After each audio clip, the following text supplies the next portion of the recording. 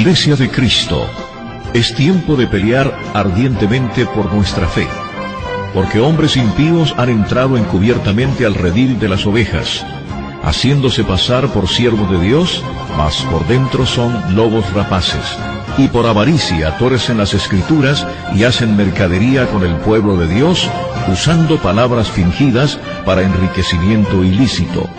Por esta razón, como atalayas que somos de nuestro Señor y Salvador Jesucristo, tocamos fuerte la trompeta con mensajes de alerta.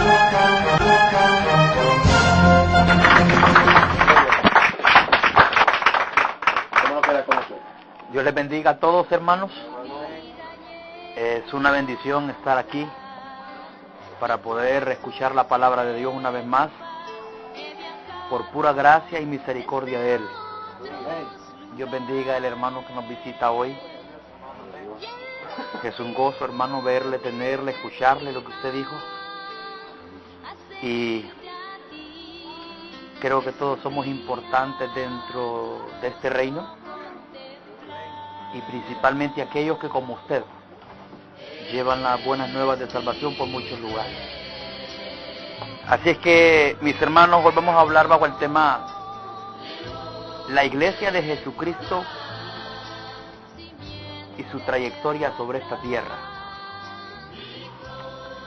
Mateo capítulo 13 registra 13 parábolas proféticas que vamos hoy a desglosar. Quizás no con tanto detalle, pero sí vamos a sacar lo fundamental para poder entender y conocer la Iglesia de Jesucristo. Aquí no venimos a hablar de iglesias católicas, ni mormonas, ni evangélicas, ni nada de eso. La Iglesia de Cristo no es ni católica, ni evangélica, ni mormona, ni sabática, ni ninguna de las tantas sectas que hay en la tierra.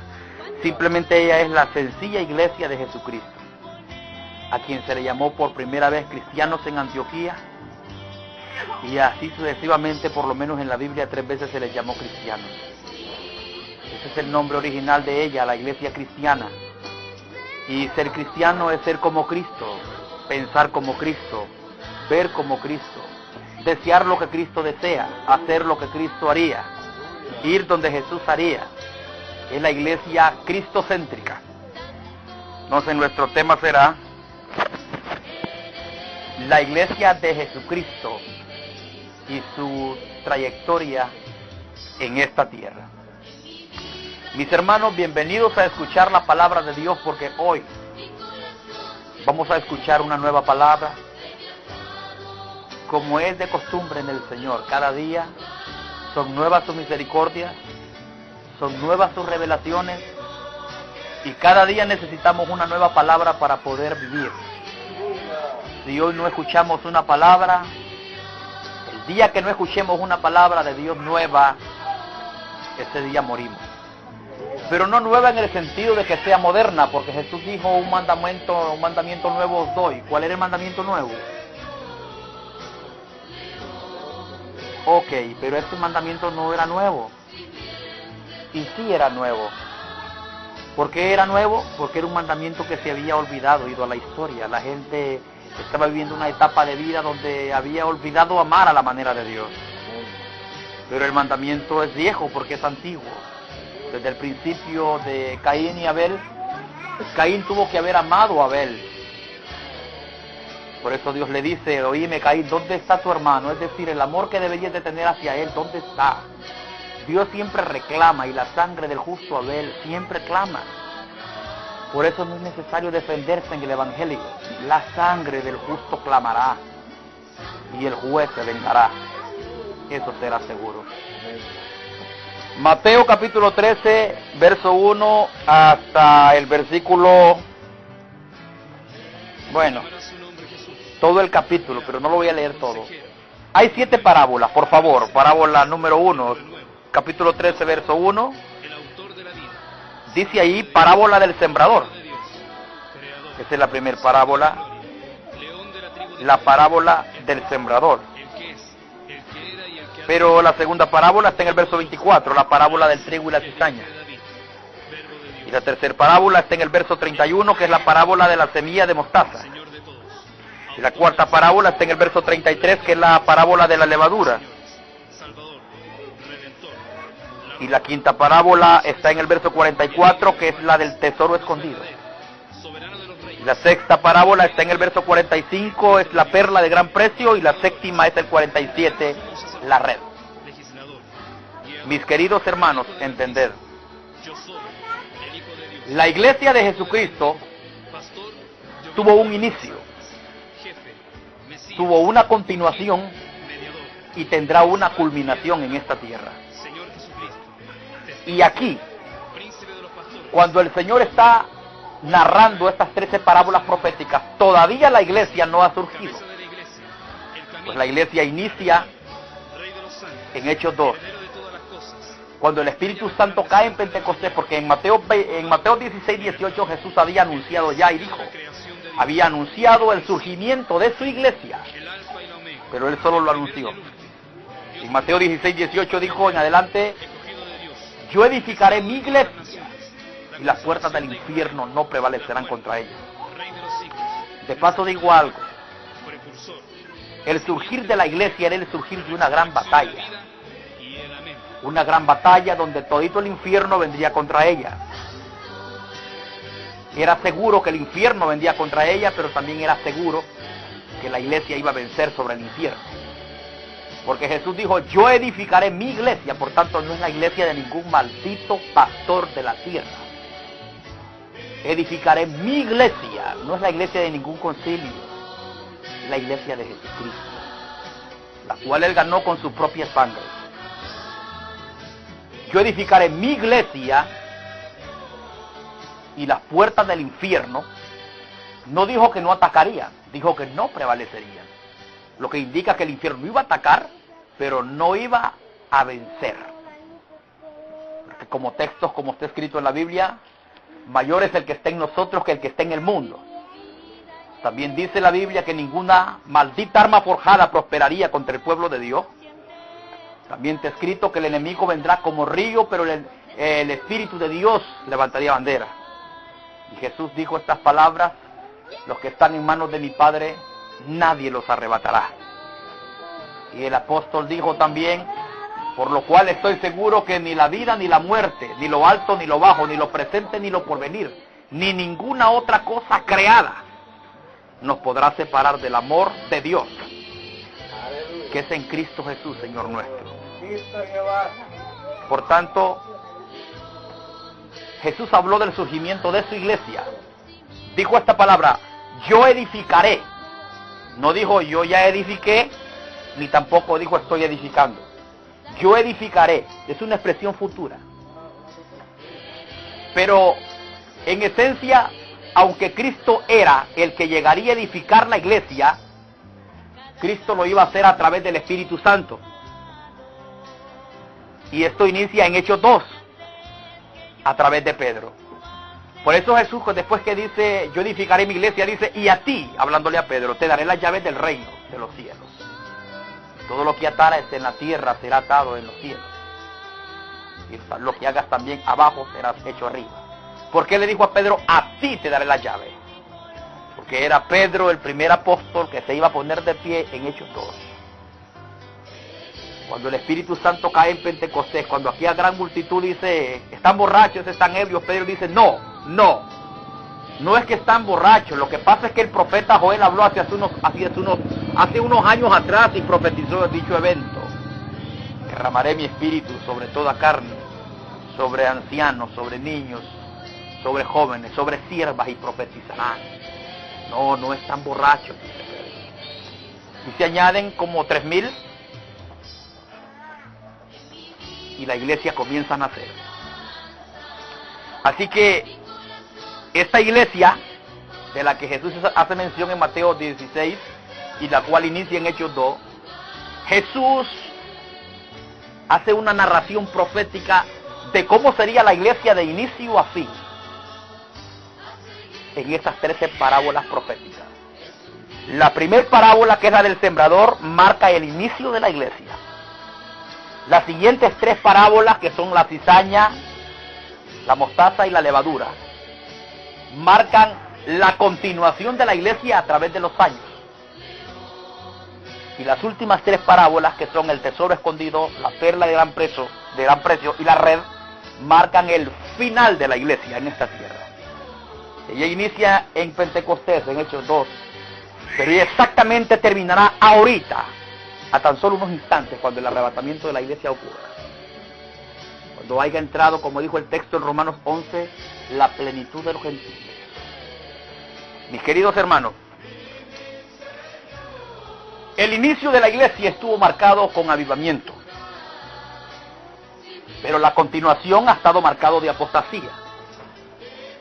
El inicio de la iglesia se marcó con avivamiento, es decir, cuando la iglesia inició con avivamiento, pero a menudo la iglesia continuó, entró en apostasía. Pero el fin de la iglesia no será un simple avivamiento, sino que será, como dijo el profeta, será la gloria postrera. Dice que la gloria postrera será mayor que la primera.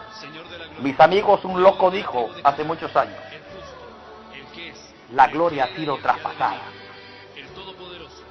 Y eso es lo que ha pasado a nivel mundial, que la gloria, que es Dios, como decía el profeta, la gloria no mentirá.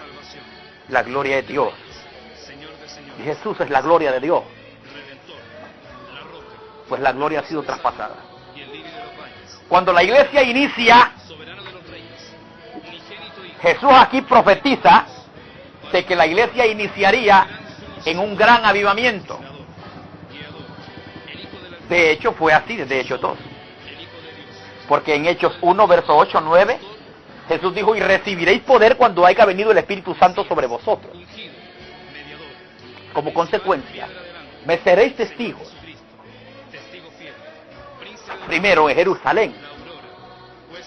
Segundo, Judea. Tercero, Samaria. Y por último lugar, cuarto, como con 4 los puntos cardinales de la tierra, hasta lo último de la tierra, como dice el canto. Recibiréis poder y testificaréis en Jerusalén, Samaria, también Judea y hasta el final.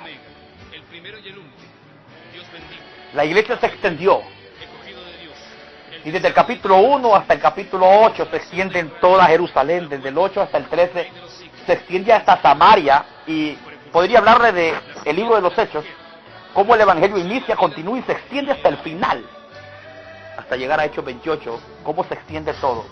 Jerusalén, Judea, Samaria y hasta lo último de la tierra. Nunca se vieron tantas señales como en ese tiempo. Nunca hubo tanta santidad como en ese tiempo, donde no cabían Ananías y Zafira. Porque el manto era blanco. Y demasiado blanco. Y 2 malditas gotas negras. Como dijo Pedro, son manchas en vuestros ágapes. 2 malditas manchas negras, Ananías y Zafira. No podían caber ahí en esa iglesia, no cabían los Ananías ni los Zafira. Hoy sí caben. ¿Y por qué Dios ahora no hace lo mismo? Porque, señores, tendríamos problemas con los ataúdes, tendríamos problemas con los cementerios, tendríamos problemas con el tráfico por las calles, porque no sería un solo muerto que van llevando, sino muchos. Los noticieros iban a bloquear las otras noticias porque el espanto iba a ser demasiado. Sin embargo, a esta generación le tocó lo peor, porque estos han muerto espiritualmente y progresivamente morirán eternamente. La iglesia era muy santa, Ananías y Zafira no cabían ahí. La iglesia era muy sencilla, dice que tenían sus cosas en común. El inicio fue con avivamiento. Vea usted cómo lo profetiza, por favor. Menciona 4 terrenos el sembrador. 3 de ellos son malos. La pregunta es, de esos 4 terrenos, ¿a qué terreno perteneces tú? Me gustaría saber de cuál terreno soy yo. 4 terrenos. 13:1, aquel día salió Jesús de la casa y se sentó junto al mar, y se le juntó mucha gente, y entrando él en la barca se sentó, y toda la gente estaba en la playa, y les habló muchas cosas por parábolas, diciendo, aquí el sembrador salió a sembrar, y mientras sembraba, parte de la semilla cayó junto al camino, y vinieron las aves y la comieron. Parte cayó en pedregales donde no había mucha tierra, y brotó pronto porque no tenía profundidad de tierra, pero salido el sol se quemó porque no tenía raíz y se secó. Y parte cayó entre espinos y los espinos crecieron y la ahogaron. Pero parte cayó en buena tierra y dio fruto, cual 100, cual 60 y cual 30 por uno. Y dijo: el que tiene oídos para oír, oiga. Hay 4 terrenos que él menciona. Vamos a explicarlos porque él los explicó en el verso 18. Oíd pues vosotros la parábola del sembrador. Cuando alguno oye la palabra del reino y no la entiende, viene el malo y arrebata lo que fue sembrado en el corazón. ¿Quién es este? Este es el que fue sembrado junto al camino. Cualquier persona a nivel mundial que no entienda la palabra, es porque el diablo vino y se la arrebató. Porque aun cuando tú estás oyendo la palabra, es una batalla que el diablo tiene contigo y tú con él. El contexto de Marcos dice que la palabra es hollada primero y luego las aves del cielo se lo comen, que son los demonios. ¿Qué es hollar la palabra? Es ignorarla. ¿Qué es hollar la palabra? Es ser irreverente cuando te está hablando. ¿Qué es hollar la palabra? Es no prestarle mucha atención, pues. Es no estar atentos. Es no desearla. Y nosotros tenemos que desear una nueva palabra cada día. Tenemos que desear entenderla, retenerla, ponerla por obra. Pues aquí dice que hay tipos que no la entienden, pero el no entenderla es el resultado de no estar atentos, como dice Santiago. Hay que estar atentos a la palabra, de verdad. Pues aquí dice que hay unos que caen junto al camino y son aquellos que no entienden la palabra. Viene el diablo y les quita. Junto al camino, este es el primer terreno. El segundo terreno, el verso 20. Y el que fue sembrado en pedregales es el que oye la palabra y al momento la recibe con gozo. Este se llama llamarada de tusa. Pero no tiene raíz en sí, sino que es de corta duración. Pues al venir la aflicción o la persecución por causa de la palabra, luego tropieza. Pues el tipo aguanta por un momento y aguanta ciertas cosas, pero llega el momento cuando el tipo o la tipa va a tirar la toalla. El contexto de Marcos y Lucas dice: y en tiempo de prueba se apartan. Por favor, a esa parte sí quiero darle lectura. Lucas 8. Esto está en Mateo 13, está en Marcos 4 y está en Lucas 8. Ambos lados son diferentes, pero no se contradicen, solo se complementan. Lucas 8. Lucas capítulo 8. Y vamos a ver el verso 13. Los de sobre la piedra son los que, habiendo oído, reciben la palabra con gozo, pero estos no tienen raíces. Creen por algún tiempo y en el tiempo de prueba, ¿qué pasa? Todos aquí tenemos que saber que hay un tiempo de prueba, ¿no? Y el tiempo de prueba cada vez se va a hacer más fuerte. Te va a sacudir la cara, la madre que te parió, los hijos, te va a sacudir todo.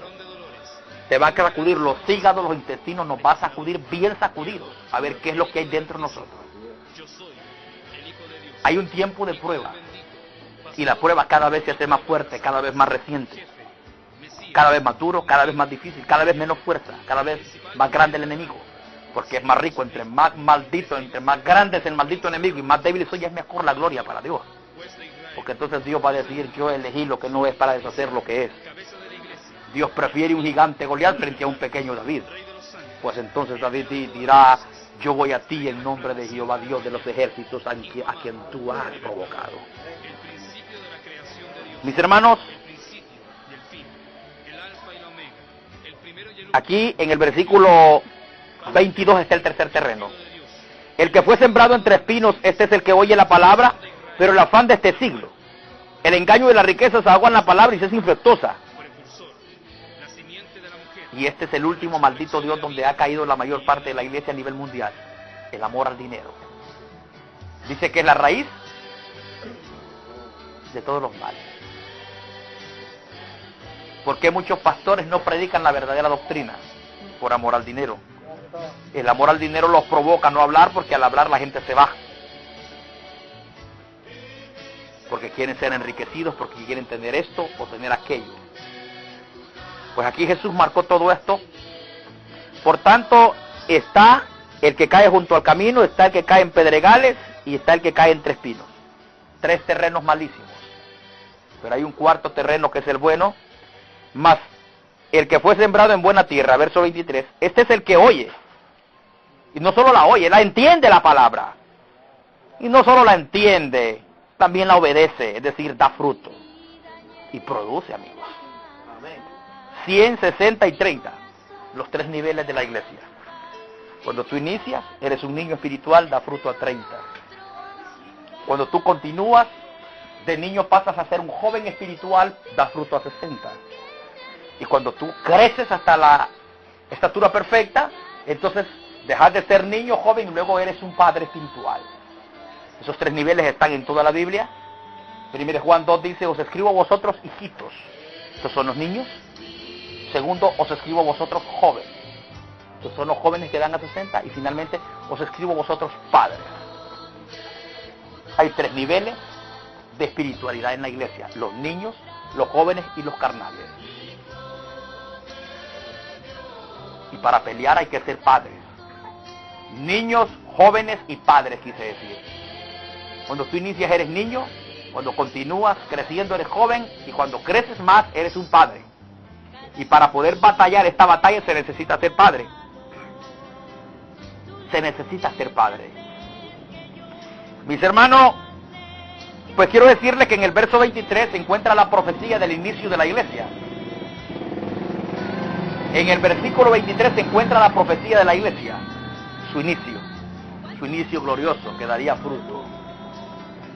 Y el contexto en Marcos 4 y en Lucas 8 dicen lo mismo, que la retienen, dan fruto con perseverancia, y fue así.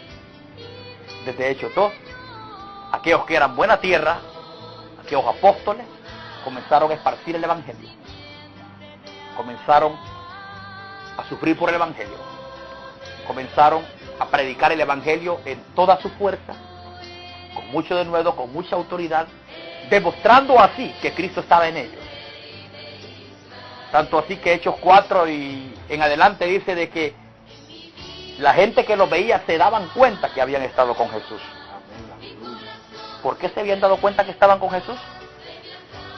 Porque hablaban lo que Jesús hablaba, miraban lo que Jesús veía, anhelaban lo que Jesús anhelaba. O sea, Jesucristo estaba en ellos. Fue tan grande el mover de la iglesia en esos días, que cuando Pablo mismo va camino a Damasco, persiguiendo a los cristianos, se le presenta Jesús y le dice: Saulo, Saulo, ¿por qué me persigues? Pero Pablo le dice: ¿quién eres? Señor. Jesús le dijo: yo soy Jesús a quien tú persigues. Pero Pablo no estaba siguiendo a Jesús, Pablo estaba siguiendo la iglesia. Pero ¿cómo se identifica Jesús con su iglesia? Y le dice: Saulo, yo soy Jesús a quien tú persigues. Porque Jesús sabía que él estaba en esa iglesia. Jesús sabía que esa iglesia no era puro plante ni puro garabato. Él sabía que esa era nata y original. Y por eso le dice: yo soy Jesús a quien tú persigues. Se identificó, no se avergonzó de ese pueblo.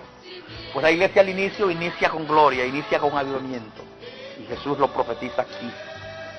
Pero luego Jesús sale de una parábola y va a entrar a 3 más ahora para describir que la iglesia continuaría después de su inicio en una condición fatal de apostasía, exactamente después de la muerte de los apóstoles. Vea usted el versículo 24. Le refirió otra parábola diciendo: el reino de los cielos es semejante a un hombre que sembró buena semilla en su campo. Pero mientras dormían los hombres, vino su enemigo y sembró cizaña en el trigo y se fue. Pero mientras dormían los hombres, llegó el momento en que los hombres de Dios tenían que dormir. Y de hecho los hombres de Dios durmieron en el aspecto que murieron. Los apóstoles se fueron. Y en Hechos 20, 28 al 30 Pablo dice: yo sé que después de mi partida entrarán muchos lobos rapaces que van a dispersar el rebaño. Por tanto, dijo el apóstol, os encomiendo a Dios y a su palabra, la cual es poderosa para sobreedificarlos. El pueblo de Dios en todo tiempo y en todo momento nunca ha ido detrás de fábulas, nunca ha ido detrás de mandamientos de hombres ni de métodos humanos. Siempre ellos han ido detrás de la palabra. os encomiendo a Dios y a su palabra, la cual es poderosa para sobreedificaros. Mirad por vosotros mismos y por el rebaño el cual Dios ha puesto, el cual dice, por la cual la iglesia Cristo ganó con su propia sangre. ¡Aleluya! Por eso Apocalipsis capítulo 2 y capítulo 3 registra también la historia de la iglesia. 7 iglesias que hablan de las 7 edades de la iglesia, porque principalmente habla de toda la extensión de la iglesia, de lo mismo que estamos hablando. Y en su inicio, Jesús comienza hablando bonito de ella, pero unos textos después dice, pero tengo contra ti que has dejado tu primer amor. Porque llegaría el momento en el que la iglesia dejaría su primer amor, y fue así. Lo profetiza en Mateo y ya en Apocalipsis, entonces está cumplido lo que él había dicho.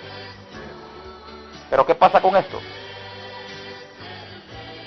De que la iglesia, debido a que los hombres de Dios sanos faltan, no dice Proverbios pues que sin profecía el pueblo qué. Y dice el antiguo texto, o en el libro de los jueces, de que cuando los jueces murieron, cada cual hacía lo que bien le parecía.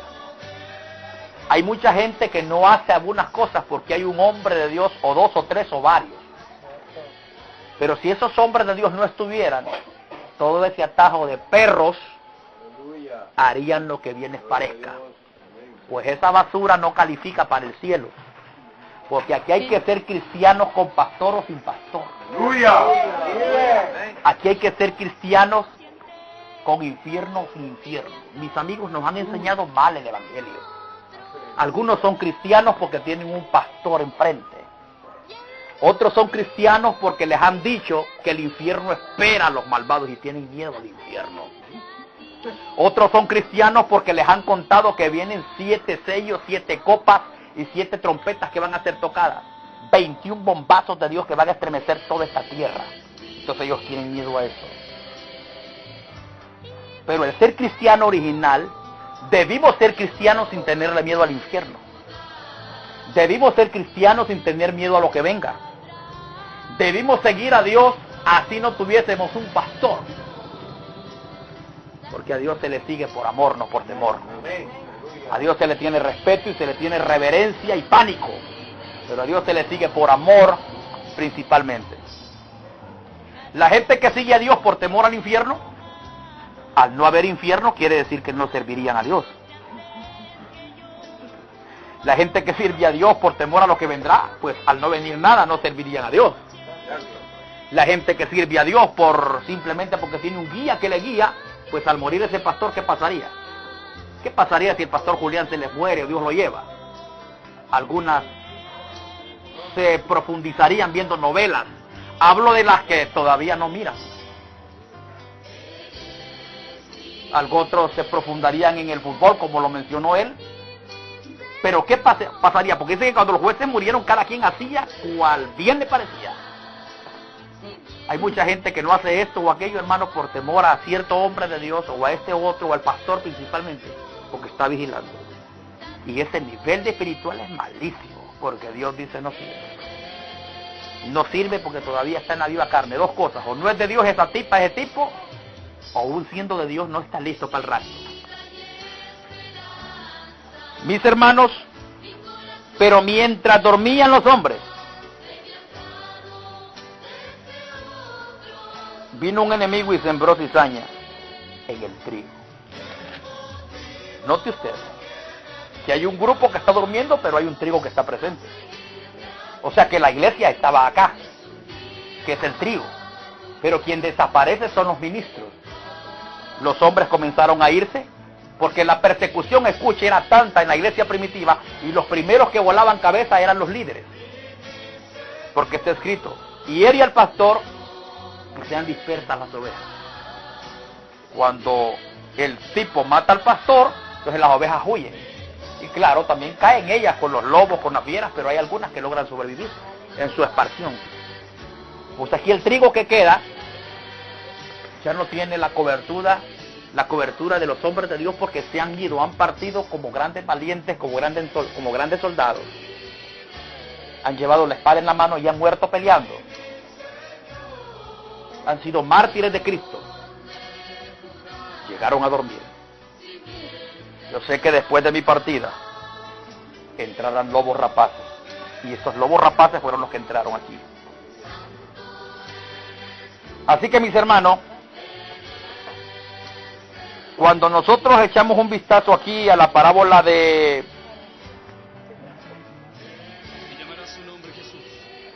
la cizaña, cizaña, mostaza y levadura. La cizaña es siervo del diablo. El autor de la vida, santo de Dios, cordero de Dios, creador. Pero ya la mostaza es el padre de los siervos de él. Lo que primero el diablo hace es esto. Cuando los buenos apóstoles del Señor desaparecieron, los buenos siervos, el diablo mete sus siervos adentro. Esto es la cizaña. Después que los mete adentro, entonces él puede entrar acomodadamente porque él ya arregló la cama y la cuna donde él va a nacer. Entonces el tipo se mete y se entrona en la iglesia. Y cuando él se entrona, entonces entra la mostaza, que es el pecado. Entonces tenemos al diablo, a sus ministros y al pecado. Qué bonita cadena. En el versículo 31 dice, no podemos leer con detalle. El verso 31 dice, otra parábola le refirió diciendo, el reino de los cielos es semejante al grano de mostaza que un hombre tomó y sembró en su campo, la cual a la verdad es la más pequeña de todas las semillas, pero cuando ha crecido es la mayor de las hortalizas y se hace árbol, de tal manera que vienen las aves del cielo y hacen nido en sus ramas. Aquí tenemos un elemento que es hierba, que no es árbol, pero el tipo se hace árbol. Eso suena a modernismo. Pero luego dice,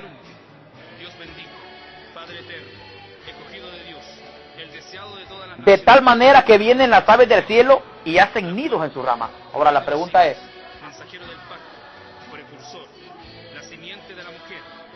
¿quiénes son estas aves? Estas aves son los demonios. Estas aves son los demonios. Tú puedes buscar el contexto en Marcos 4 y en Lucas 8, donde las aves del cielo dicen, vinieron. Vámonos mejor a buscarlo. Vamos a Marcos capítulo 4. Marcos capítulo 4.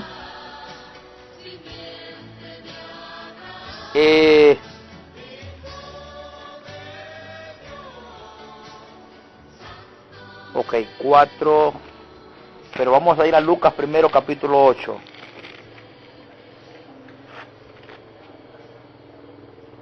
Lucas, capítulo 8, Padre mío. Apartan.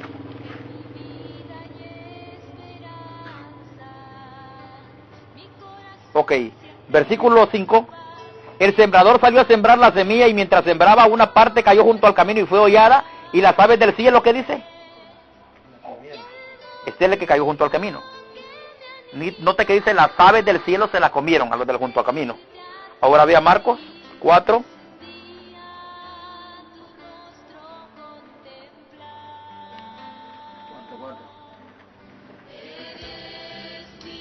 No, no es ahí.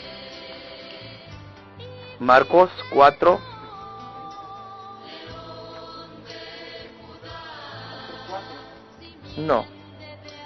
No es el texto que busco. Aquí, el verso 15. Y estos son los de junto al camino, en quienes se siembra la palabra, pero después que la oyen enseguida viene Satanás y quita la palabra. Note que en Lucas dice que fueron las aves del cielo, pero acá dice que fue el diablo. O sea que el mismo texto explica que las aves son el diablo, son los demonios, representa el reino del mal. El mismo texto lo explica. Porque Lucas dice que fueron las aves, pero Marcos dice que fue el diablo. Ok. En Mateo 13, cuando hablamos de la cizaña, por favor, vamos a echar un vistazo más atrás. Por favor, vamos a ver el versículo 36. El versículo, capítulo 13, 37. Respondiendo él, les dijo, el que siembra la buena semilla es el Hijo del Hombre. El campo es el mundo, la buena semilla son los hijos del reino y las cizañas son los hijos. Bueno, lo que mencionamos, las cizañas son los hijos del diablo que entran. los falsos siervos. Pero ya las aves del cielo que anidan en ese árbol son demonios. Y recuerde que la Biblia habla de doctrina de demonios. ¿Ok? Entonces el diablo lo primero que hace en la parábola de la cizaña, se profetiza que lo que él hace es meter sus hijos. Claro, estos tipos hacen un papel. Estos tipos, dice, habla de la mostaza, la cual es la más pequeña de todas las semillas, pero cuando ha crecido, es la mayor de las hortalizas y se hace árbol. Claro, la tipa viene y se convierte de pequeña ahora en grande. Ya está la grandeza, la soberbia, el modernismo, entonces ya el diablo está listo para sentarse porque esa es su cuna. Esa es su cama, donde él duerme. Pero luego la tercera parábola habla del pecado. El versículo 33. Otra parábola les dijo, el reino de los cielos es semejante a la levadura que tomó una mujer. Esta mujer es iglesia. Y escondió en 3 medidas de harina. 3 medidas.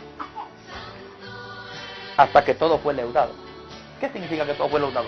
El pecado se metió por todas las esquinas, chicos. Entonces, primero, Satán metió a sus siervos, se entronó él y finalmente, estando él y sus siervos, están en control. Todo fue leudado. Ya la mujer entonces, ya la iglesia comienza a jugar con el pecado, comienza a darle libertad. Todo comienza a que el diablo la gobierne. Por eso en aquel día el Señor dirá, apártense de mí, porque yo no los conocí a ustedes. Nunca. Exactamente lo que pasó con ustedes, es que ustedes eran el diablo el que los gobernaba. Entonces,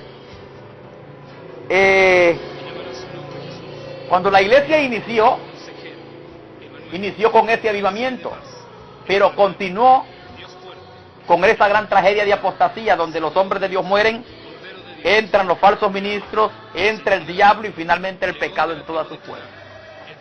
Pero aquí hay una conclusión de la iglesia, un final de la iglesia en nuestros días, donde será también otro avivamiento, pero mayor que el primero. Pero yo no hablo de avivamiento como habla de avivamiento en las religiones, porque la apostasía, mis hermanos, no la parará nadie. Pero como yo estoy hablando de la iglesia de Cristo, la iglesia de Cristo va a tener un despertar en nuestros días, la de Cristo. Los apóstatas y los falsos, no, esos tipos se hunden más en el diablo. Porque recuerden que Apocalipsis finaliza con la Odisea. Y la Odisea dice 3 cosas. Bendecido, prosperado y en victoria. La Odisea dice 3 cosas. Bendecido, prosperado y en victoria. Es decir, soy rico, me he enriquecido y no tengo necesidad de nada. Bendecido, prosperado y en victoria. Soy rico, me he enriquecido y no tengo necesidad de nada. La iglesia más basura que se atreve a decir que no ocupa ni a Dios.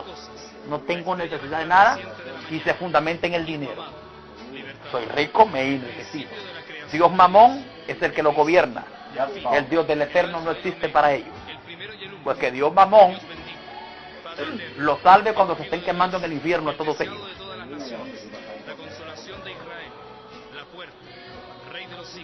La conclusión de la iglesia o el final de la iglesia, los fieles van a despertar en un fuerte avivamiento. Y aquí sí, esto tiene que ver con dolor, que es de lo que quiero hablar, de sufrimiento. Se trata de negación. Vivimos en el tiempo de la negación, donde el peor enemigo eres tú. El peor enemigo que yo tengo no es el mundo ni el diablo. El peor enemigo que yo tengo soy yo mismo. El peor enemigo que todo cristiano tiene es el mismo, porque tenemos 3 enemigos, el diablo, el mundo y la carne. Pero de estos 3 enemigos, el peor enemigo que tú tienes eres tú mismo. Porque el mundo está a tu izquierda y el diablo está a tu derecha. Pero ambos buscan destruirte. Pero para destruirte ellos solo tienen un puente para venir de ti. Y el puente por donde ellos van a pasar para venir de ti se llama la carne.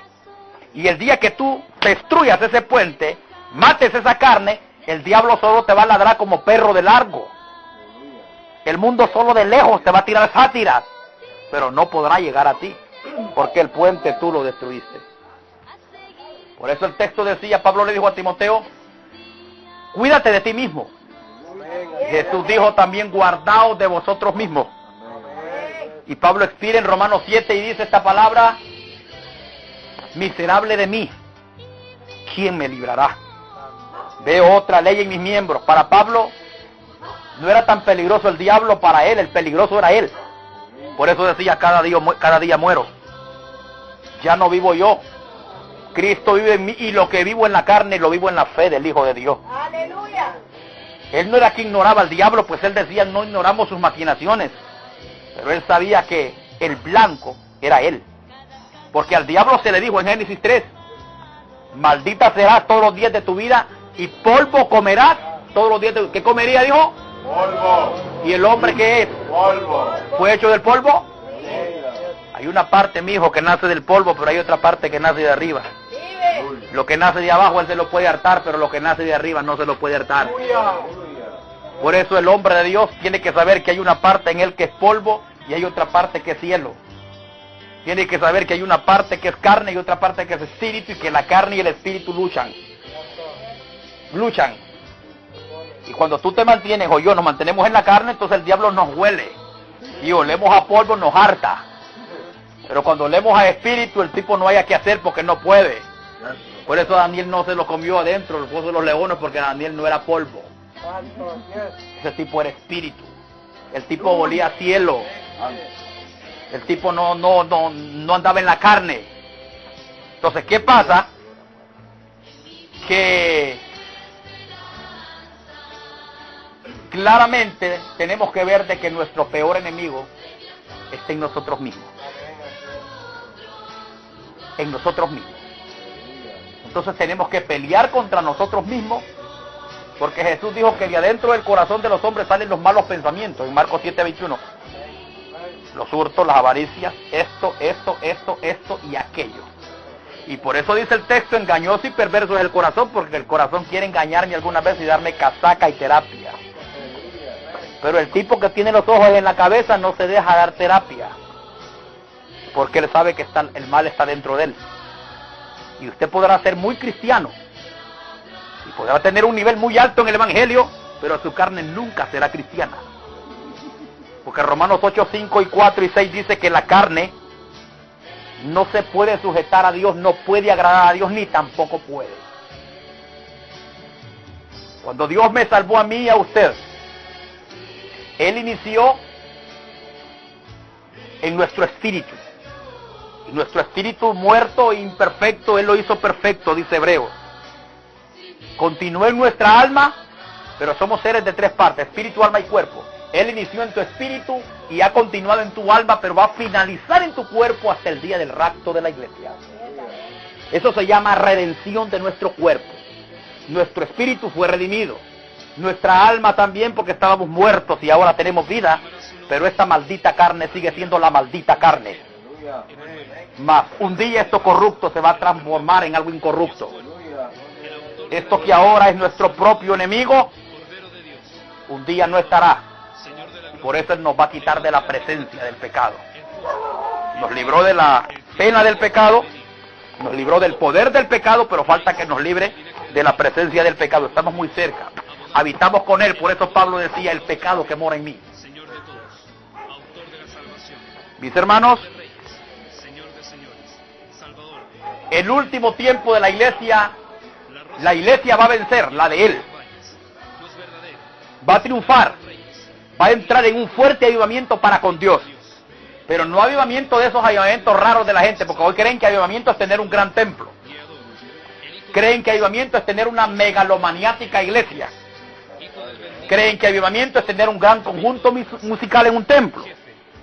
Creen que avivamiento es tener una gran bullaranga.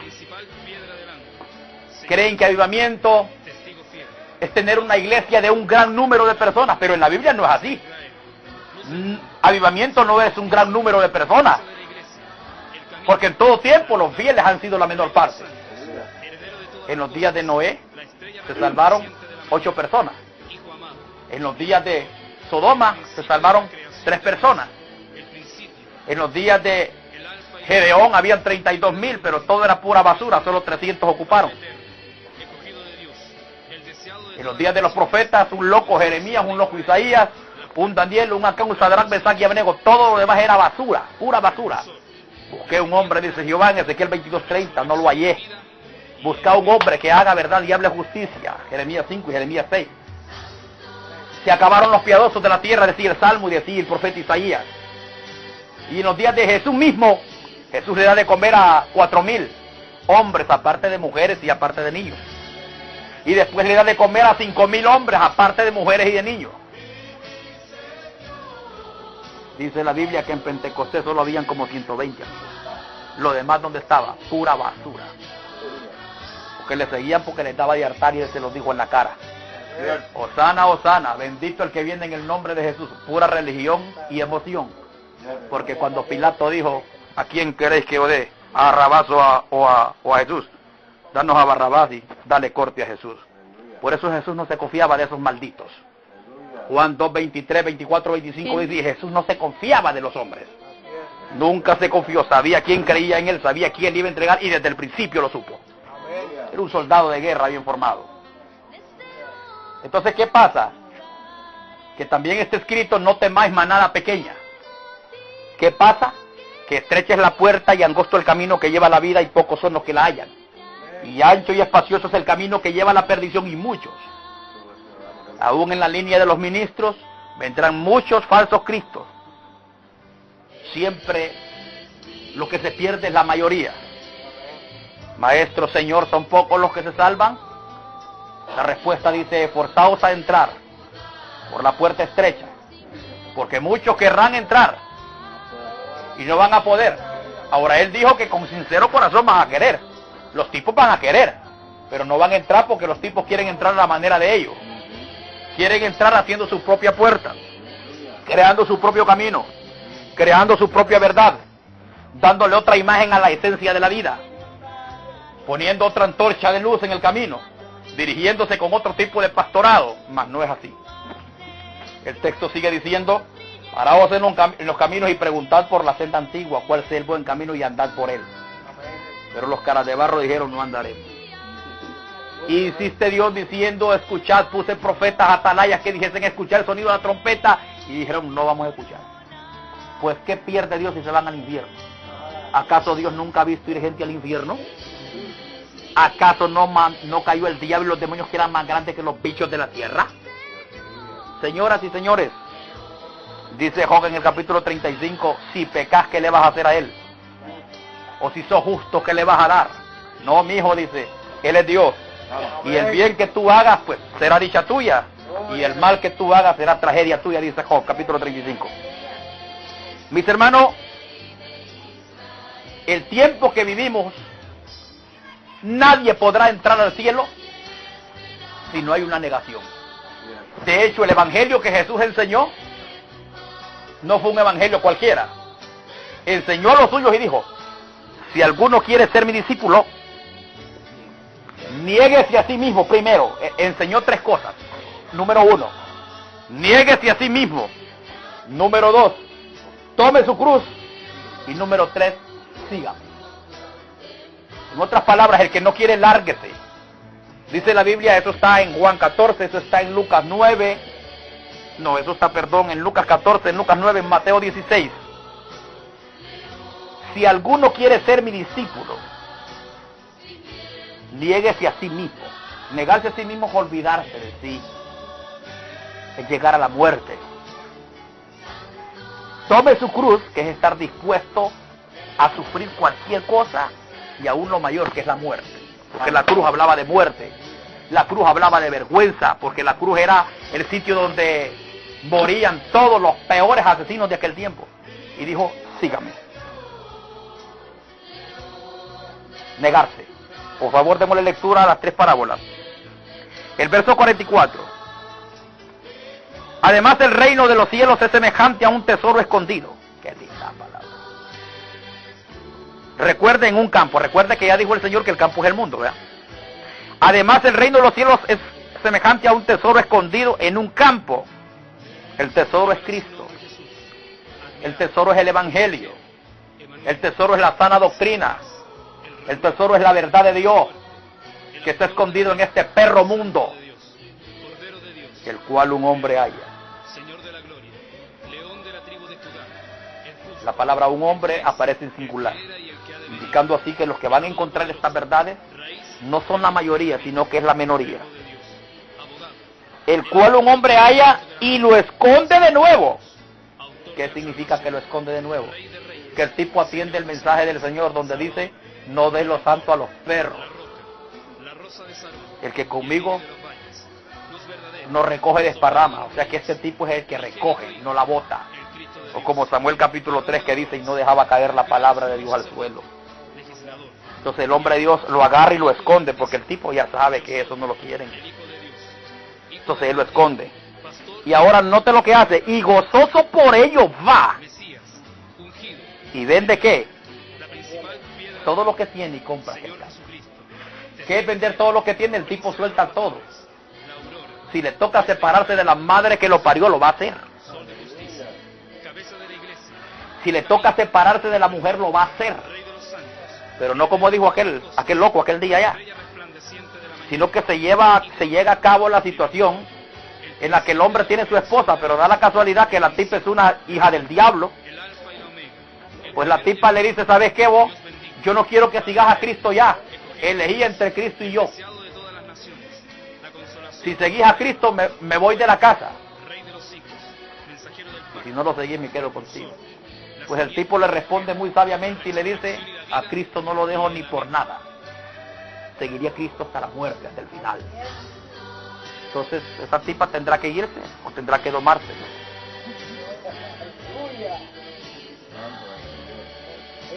Vende todo lo que tiene y compra aquel campo. Note la siguiente parábola del gran precio 45. También el reino de los cielos es semejante a un mercader de buenas. También el reino de los cielos es semejante a un mercader que busca buenas perlas, que habiendo hallado una perla preciosa fue y vendió todo lo que tenía y la compró. ¿Lo ve? La perla preciosa. ¿Quién es esa perla? Se llama Jesús. Esa perla preciosa es la verdad, es la sana doctrina. ¿Cómo vas a cambiar esa perla tú por cualquier basura de esta tierra? ¿Cómo vas a cambiar esa perla eterna por una basura temporal de acá abajo? Mis hermanos, y para finalizar el verso 47, asimismo el reino de los cielos es semejante a una red que echada en el mar recoge de toda clase de peces. Y una vez llena, la sacan a la orilla y sentados recogen lo bueno en cestas y lo malo echan fuera. Aquí ya tenemos la iglesia. Ya el tipo encuentra la buena perla, encuentra el buen tesoro. Ya el tipo se negó, ya el tipo es discípulo. Una vez siendo discípulo, entonces ahora el tipo ejerce su ministerio. Y aquí, esta última parábola muestra el ministerio de la iglesia, el ministerio de todo cristiano en su totalidad. Evangelismo, discipulado,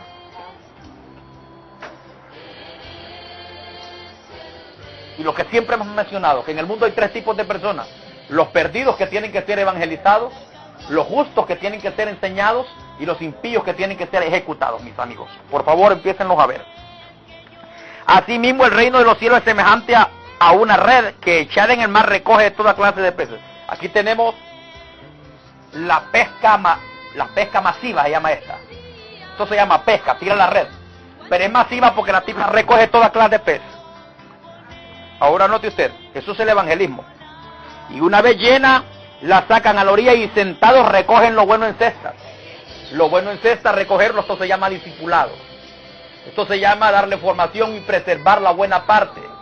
Pero luego dice, y lo malo echan fuera. Aquí tenemos dando golpe ahora a la impiedad, a los impíos, a los falsos. Ahora, este tipo tiene discernimiento porque sabe ver qué es lo bueno y qué es lo malo. Este tipo tiene paciencia, se siente, este tipo está ubicado, esta iglesia está ubicada. Pero yo quiero centrarme no tanto en eso, porque eso es lo segundo. Dice, recibiréis poder y me seréis testigos. Pero aquí la clave o el secreto es la negación. Porque él sigue diciendo, niéguese a sí mismo, tome su cruz y sígame. Y una vez que estamos en esta postura o en esta condición, entonces podemos tirar la red masivamente evangelizar con mucha autoridad, darle formación a los justos y poder hacer esa separación que Dios siempre quiere que haya entre el bien y el mal, entre lo santo y lo prófano. Note que el verso 44 y el 45, los dos textos hablan, las dos parábolas, la del tesoro escondido y la perla de gran precio, ambas parábolas hablan de que hay que vender todo lo que tenemos para poseer tanto la perla como el tesoro. Mis hermanos, la única forma de entrar al cielo, y aquí sí entramos, es a través de la negación. Y la negación equivale a dolor. La negación equivale a sufrir. La negación equivale a dificultad. Dice el texto en 1 Pedro 4, 17, 18, que el justo ¿con qué? ¿Con qué dice? Pues nunca nos dijeron que fue fácil. Los que nos han dicho que es fácil son los falsos pastores. Los falsos ministros de cartón, de manteca y de etiqueta. Ellos nos han dicho que este asunto es fácil. Pero aquí nadie dijo que era fácil. Aquí el apóstol Pedro dice que el justo con dificultad se salva.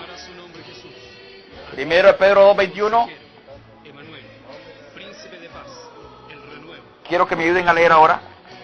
Vamos a leer algunos textos. Por favor. Primera de Pedro 2:21. Pues para esto fuiste llamados, porque también Cristo padeció por nosotros, dejándonos ejemplos para que sigáis sus pisadas. Pedro nunca dijo que era fácil. 1 Pedro 4, versículo 1. Puesto que Cristo ha padecido por nosotros en la carne, vosotros también armados del mismo pensamiento. ¿Sabe qué es eso? Que hay que armarse del mismo pensamiento. ¿Sabe cuál era el pensamiento de Jesucristo? Dos cosas. Sufrir. Y sufrir hasta lo sumo. Por favor, quiero darle lectura a Mateo 20 para que arranquemos de ahí, de este asunto de esta negación fuerte que necesitamos nosotros. Mateo capítulo 20, verso 23. Él les dijo, es decir, Jesús, ¿verdad? Él les dijo, a la verdad, de mi vaso beberéis, y con el bautismo con que soy bautizado seréis bautizados. ¿Sabía usted que existía un vaso, una copa que él tenía que tomar? Y también había un bautismo donde él tenía que ser sumergido. ¿Y qué creen que era esa copa? La copa era la copa del dolor. Era la copa del sufrimiento.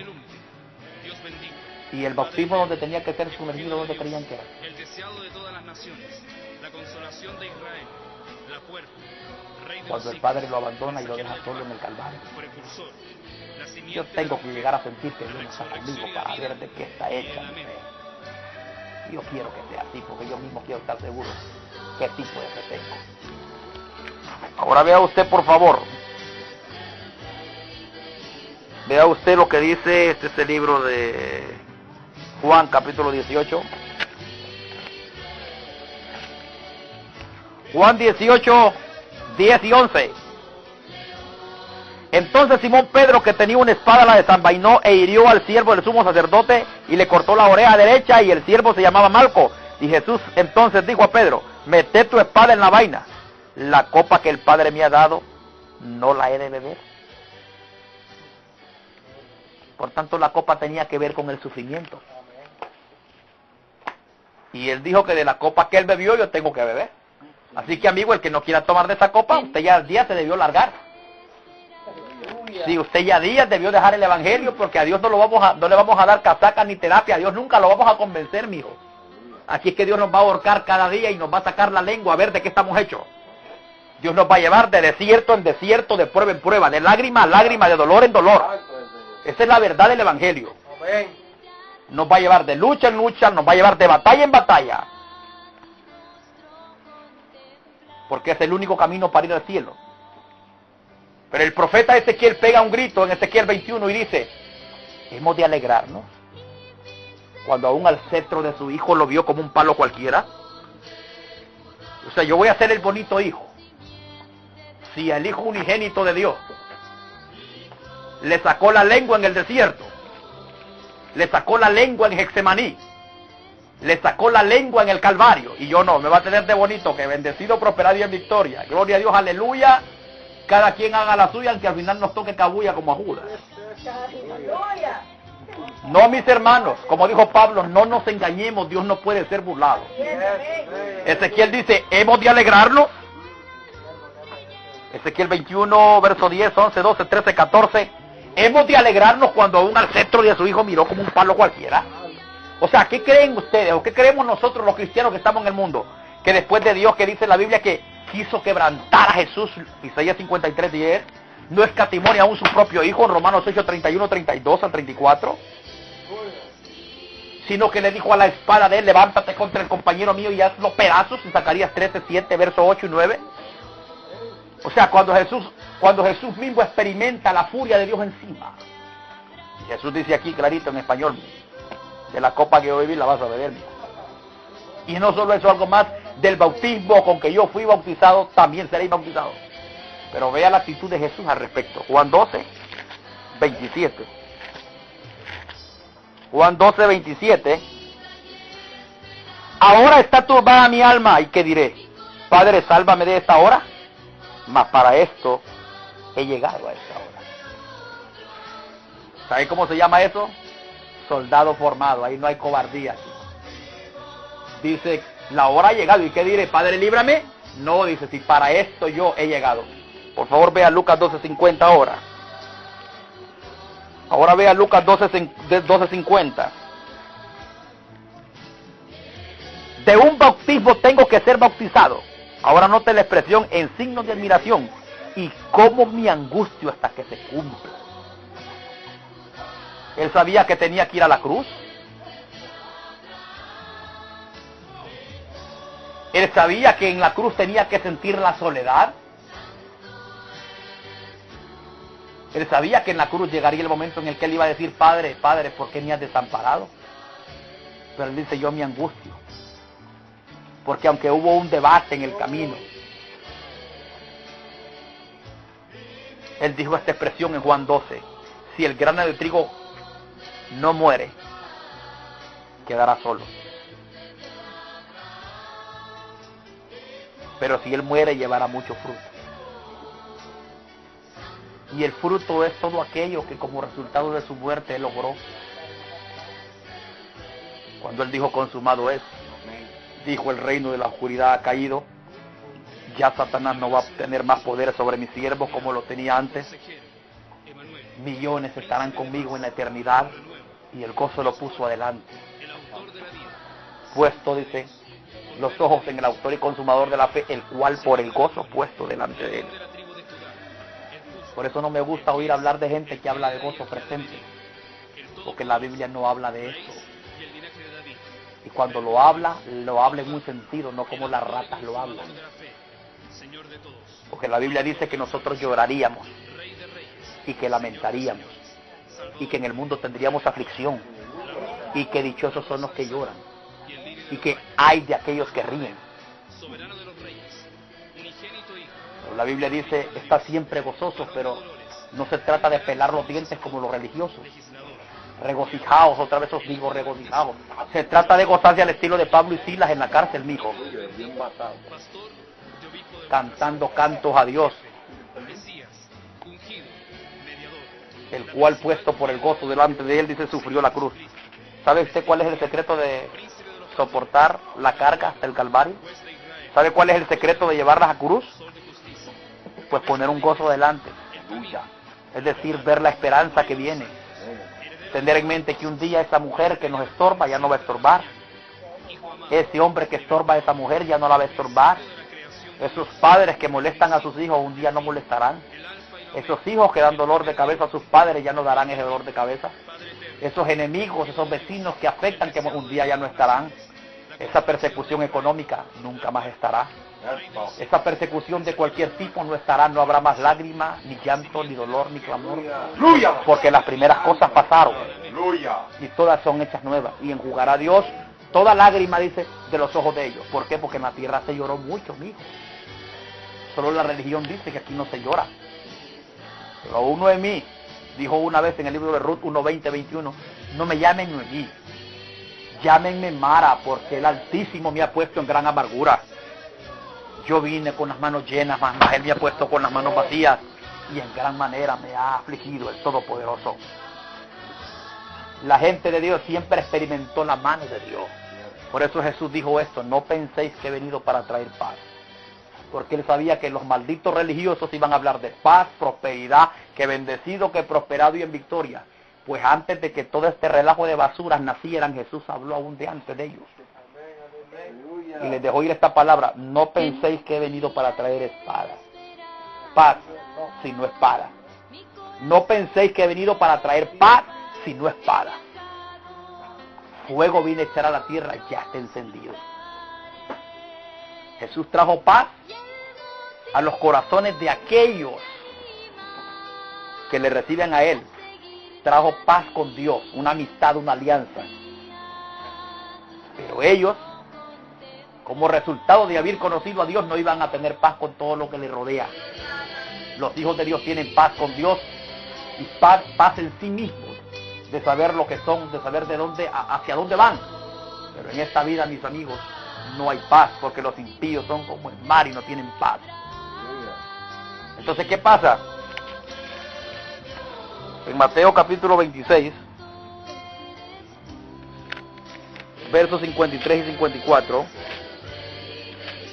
vea la actitud de Jesús al respecto en el caminar de Él. Mateo 26, 53 y 54. ¿Acaso piensas que no puedo ahora orar a mi Padre y que Él me daría más de 12 legiones de ángeles? Pero ¿cómo entonces se cumplirán las escrituras de que es necesario que sufriéramos? Si Dios quiso que sufriéramos, ¿por qué vamos entonces a estar dando cosas contra el aguijón? No es fácil, pero sí se puede. No es fácil, mis hermanos, pero sí se puede. Dice Mateo 11:12, de que el reino de los cielos desde los días de Juan el Bautista sufre violencia. Pero los violentos, o sea, desde que Juan el Bautista inicia a hablar, inicia a anunciar de algo que viene, entonces el reino de los cielos sufre violencia. Los demonios comenzaron a revolverse por todos lados. El diablo comenzó a revolverse, los hijos del diablo también. El panorama se puso más difícil. Entonces se necesita gente violenta. Se necesita gente, lo que está diciendo es gente definida, gente de agallas. Hombres que sean hombres, pero no porque andan pantalones, sino que son hombres porque son hombres de Dios. Mujeres que sean mujeres, pero mujeres de Dios, que se pongan la falda de Dios. Porque hay una vestimenta espiritual del hombre y la mujer la que ocupamos para poder nosotros arrebatar. Es como pelear la gran lucha con el ángel, como cuando Jacob luchó con un ángel. Y Jacob le dijo: si no me bendices, no te suelto. Entonces el hombre de Dios dice: no suelto esto yo, hasta pueda vencer yo. No lo suelto esto. Yo no puedo regresar atrás. Dios no me trajo aquí para volver atrás. Porque Dios ha dicho claramente: no te dejaré hasta que yo haya hecho contigo lo que yo he determinado. Porque el que comenzó en nosotros la buena obra la va a perfeccionar hasta el día de Jesucristo. Amén, hermanos. Amén. Este campo de formación rumbo al cielo es Dios quien nos mete en él. Hay que negarse para poder obtener la perla de gran precio, el tesoro escondido, y para, como consecuencia, llegar a desarrollar el ministerio masivo, el ministerio de reconciliación, el ministerio del evangelio como debe ser. Pero, como dije alguna vez, tenemos que pasar por estos tres grandes desiertos: el desierto de la tentación de Mateo 4, el desierto de Getsemaní en Mateo 26 y el desierto del monte Moriah, o el Golgo, la calavera. Cuando Jesús va a iniciar su ministerio, quien lo lleva a él al desierto no es el diablo, es Dios. Por favor, échale un vistazo a Mateo 4:1. Cordero de Dios, Creador, Señor de la gloria, León de la tribu de Judá, el justo, el Mateo capítulo 4, verso 1 dice: entonces Jesús fue llevado por el Espíritu al desierto. Lo llevó a jugar ahí para ser tentado por el diablo. Señor de todos, autor de la salvación, Como cuando en el batallón mandan un soldado allá a la montaña y lo mandan sin comida tantos días, pues, para ser tentado por la adversidad, a ver si el tipo va a salir buen soldado o no. Y entre más adentro estás, Dios te mete más, y entre menos fuerzas, más te da. Si te queda un poquito de fuerza, te va a dar más para matarte, porque Él quiere que mueras. Sumo sacerdote, legislador, Y Él dijo, el que pierda su vida por causa de mí la hallará. yo soy el Más el que no, entonces la va a perder. pastor de obispo de Dice aquí que Jesús fue llevado por el Espíritu al desierto. No dice que fue el diablo. la principal piedra del ángulo. Señor, Señores, quien nos mete en prueba a nosotros es Dios. Ya dejemos de hablar tonteras que el diablo nos prueba, porque eso no existe en la Biblia. juez de Israel, El diablo nos tienta, sol de justicia, pero Dios nos prueba. cabeza de la iglesia, Y el diablo nos tienta la verdad, solo cuando Dios nos está probando. El día que el diablo te está tentando a ti es porque ese día Dios te está probando, Dios está en control. hijo amado, libertador, el principio, El día que el hermano ve en la moto y la muchacha le dice, oye usted, deme jaloncito, el alfa y la omega, el Dios te primero está y el probando. último. Dios bendiga. El diablo te está tentando, pero Dios te está probando. Porque Dios ya sabe que todos los pecadores van rumbo al infierno y no se arrepienten. La puerta, Entonces, cuando alguien mensajero del pacto, te está tentando es porque Dios te está probando. simiente de la mujer, Donde hay tentación siempre hay prueba, y donde hay prueba siempre hay tentación, es una pareja inseparable. Dice la Biblia, y Dios probó a Abraham, Génesis 22. Dios prueba al justo, el Salmo 11. Jeremías también dijo, Dios prueba al justo. Entonces, ¿qué pasa? Es Dios el que nos prueba. Satanás me está probando, dicen los religiosos. Eso no es verdad.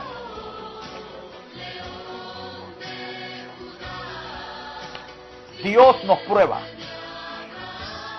Y Dios nos lleva en la vida cristiana de prueba en prueba, y de prueba en prueba, y de prueba en prueba, de gloria en gloria, de victoria en victoria, y de poder en poder. Mis hermanos,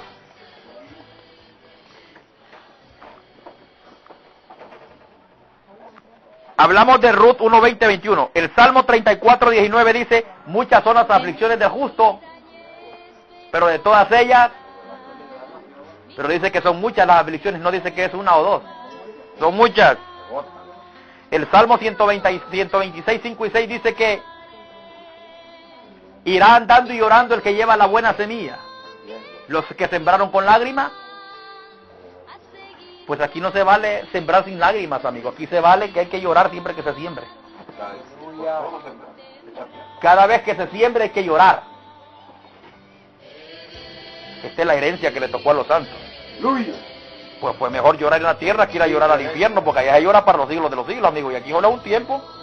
Aquí si 100 años vivimos llorando, qué bendición. Allá van a ser 100 millones de millones de millones de millones de millones de millones y todavía está en el inicio. Cada vez que se asusten y venía empezando. Isaías 33:7, sus mensajeros de paz llorarán afuera amargamente. Aquí está escrito. La tendrá de afuera. Isaías 48:10, te he purificado, en el horno de la aflicción te he escogido. ¿Sabía que Dios mete a todos sus hijos en un horno? Como cuando la mujer está hornando pan, lo mete. Al ratito lo destapa, mira que le falta, lo vuelve a cerrar.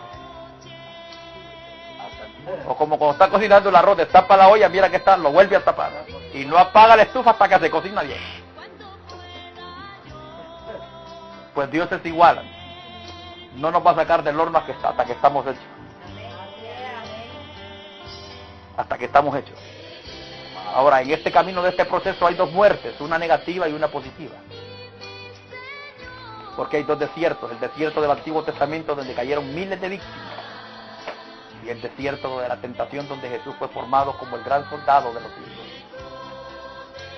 Uno que cobra vida para que muchos vivan, y aquellos tipos del ayer que murieron.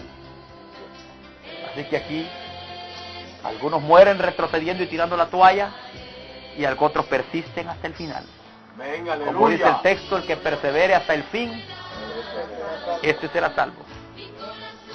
La historia en la Biblia inicia en Génesis y finaliza en Apocalipsis. Inicia con una gran batalla en Génesis 3:15 diciendo, pondré enemistad entre esta simiente y la otra. Y finaliza la historia en batalla también diciendo, el que venciere comerá del maná escondido. El que venciere será vestido de vestidura blanca. El que venciere se sentará conmigo. El que venciere recibirá un nombre, una piedrecita blanca. El que venciere yo le haré columna en el templo de mi Dios. El que venciere regirá las naciones con vara de hierro. ¿Por qué dice el que venciere muchas veces? 7 veces a las 7 días, porque esto es una batalla. Pelea la buena batalla de la fe, dijo Pablo a Timoteo. He peleado la buena batalla, dijo Pablo. No prevalecerán las puertas del infierno, dije Jesús, porque esto es una guerra. Esta es una batalla.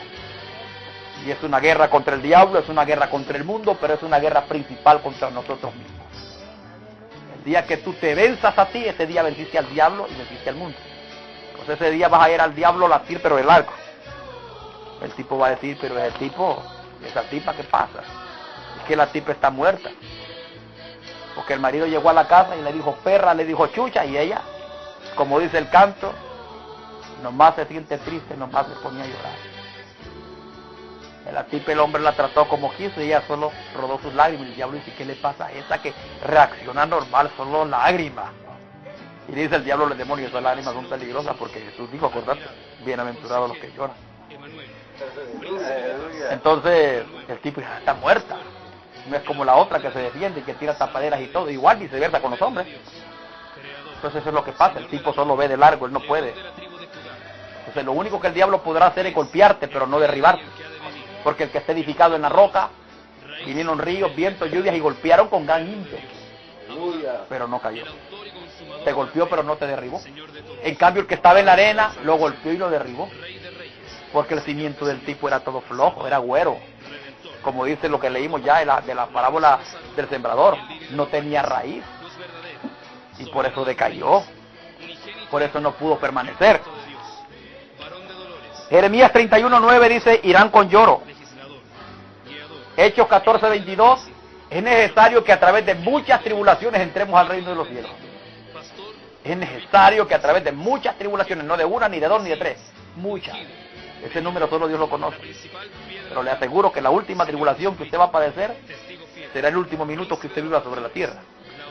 Pero mientras nosotros estemos en este mundo, vamos a llorar, vamos a sufrir, mis amigos. Filipenses 1:29 dice que se nos ha concedido a nosotros no solo creer en Él, sino también padecer por Él. O sea, el padecer es una dicha. 2 Timoteo 2:3, sufre pues penalidades como un buen soldado de Jesucristo. Este es 2 Timoteo 2:3. Y 2 Timoteo 2:12 dice, si sufrimos con Él, reinaremos con Él. Se le vuelta al revés, si no sufrimos con Él, no reinaremos con Él. Porque ya todos los que han llegado al cielo han sufrido. Lee Hebreos 11 y verás cómo habla, iniciando con Abel, que fue el primer mártir, y llegando a todos los demás. No dice que fueron aserrados, pobres, angustiados, maltratados, vestidos de pieles de ovejas, de los cuales el mundo no era digno. Y Hebreos 12 dice que de esa disciplina participaron todos. No hay uno que no haya participado de esa disciplina. Marcos 9:49 dice que todo sacrificio tendrá que ser salado con fuego. Todo. Pues si Dios me va a meter a mí sin nada, bendecido, prosperado y en victoria. Eso no existe en Dios, mi amigo. Jesús dijo, si alguno me sirviere, mi Padre le honrará. Si alguno me sirviere. El que quiere ser mi discípulo, niéguese a sí mismo, tome su cruz y sígame. Lo dijo él en español. El que quiere ser mi discípulo. Y el que no quiera, pues lárguese para donde sea. Pero es el que quiere ser mi discípulo, niéguese a sí mismo, tome su cruz y sígame. Mis hermanos,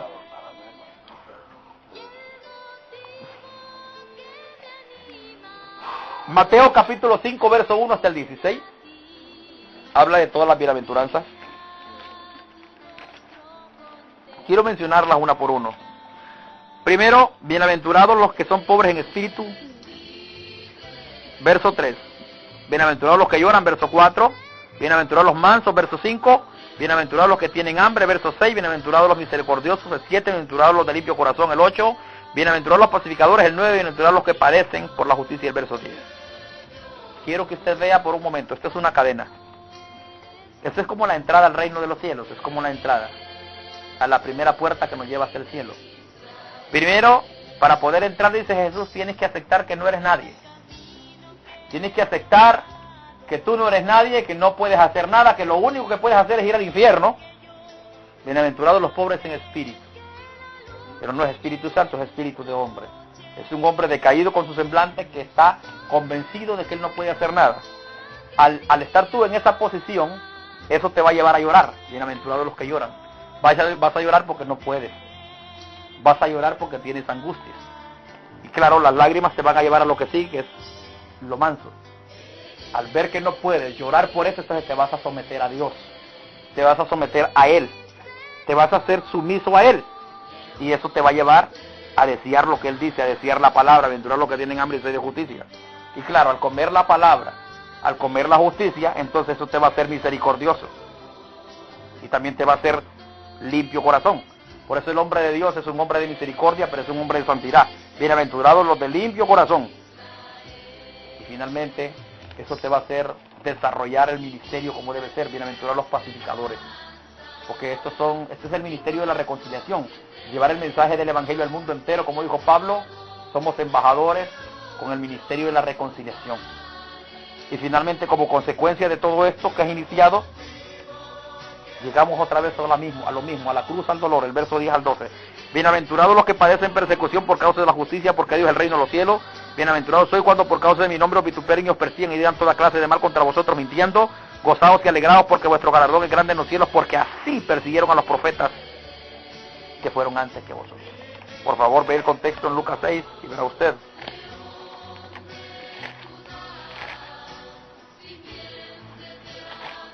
Por favor, solo vea aparte. El versículo 25-26, Lucas 6, 25-26. Hay de vosotros los que ahora estáis saciados, porque tendréis hambre. Hay de vosotros los que ahora reís, porque lamentaréis y lloraréis. Hay de vosotros cuando todos los hombres hablen bien de vosotros, porque así hacían sus padres con los falsos profetas. Aquí dice que los que ríen están en peligro. Todos los que gozan sin Dios están en peligro. Un día van a llorar y va a ser triste porque va a ser en las llamas del infierno. Pero es ahora que hay esperanza de escapar. Entonces, dice aquí, en Lucas 9, 57 al 62. Esto se está poniendo bueno, ya estamos terminando. Lucas 9, 57 al 62. Aquí en este párrafo que voy a dar lectura ahorita, se encuentran los dos llamados que existen en la tierra. Se encuentra el llamado que te hace el hombre y el llamado que te hace Dios. Se encuentran las dos formas de seguir a Dios. La forma en la que el hombre sigue a Dios a la manera de él. Y la forma en la que el hombre sigue a Dios a la manera de Dios. Porque aquí en este párrafo del 57 al 62 hay dos hombres que seguían a Jesús. Lo único que uno le dijo, te seguiré. Y el otro no le dijo, te seguiré. Al otro fue Jesús que le llamó. Es que una cosa es que tú sigas a Dios porque quieres seguirlo. Y otra cosa es que tú le sigas porque Él te dijo. Es que si tú le sigues porque quieres, te vas a cansar. Pero si tú le sigues porque Él te llamó, vas a llegar. Porque irrevocable es el don, irrevocable es el llamamiento. Cuando Él inicia en tu vida, Él va a finalizar en tu vida. Y Él nunca te va a dejar a vos. Ah, no. Vos te puedes ir al mundo ahorita y andar por allá varias semanas y olvidarte de Dios. Pero Dios te va a pegar una patada y te va a regresar para adentro y redir, porque ese es el rollo con Dios. Que Dios dice, no quiero que se pierda nada. Además, Dios ya dijo, ninguno de los que me dicen se perdió. Porque está escrito que a los que son bastardos Dios los ignora, pero los que son hijos Dios hasta los azota. Dice el 57, yendo ellos, uno le dijo en el camino, Señor, te seguiría donde quiera que vayas. Esta es emoción, esta es pura emoción. Y Jesús, como le mira la cara de emocionalista, le responde y le dice, ¿a dónde vas a ir vos? ¿Qué crees que aquí el asunto es como dicen allá, pare de sufrir? ¿Crees que aquí el asunto es plata, dinero, amor y qué? Dice, y le dijo Jesús, las zorras tienen guarida, hijo. Te cuento eso. También te voy a contar que las aves de los cielos tienen nido, mas el Hijo del Hombre no tiene dónde recostar su cabeza para iniciar. Para iniciar. Como que el pastor Julián diga, bueno, hermanos, yo voy para Olancho, ¿quién va a ir conmigo? Yo, y le hermano, pero yo no llevo ni un cinquito.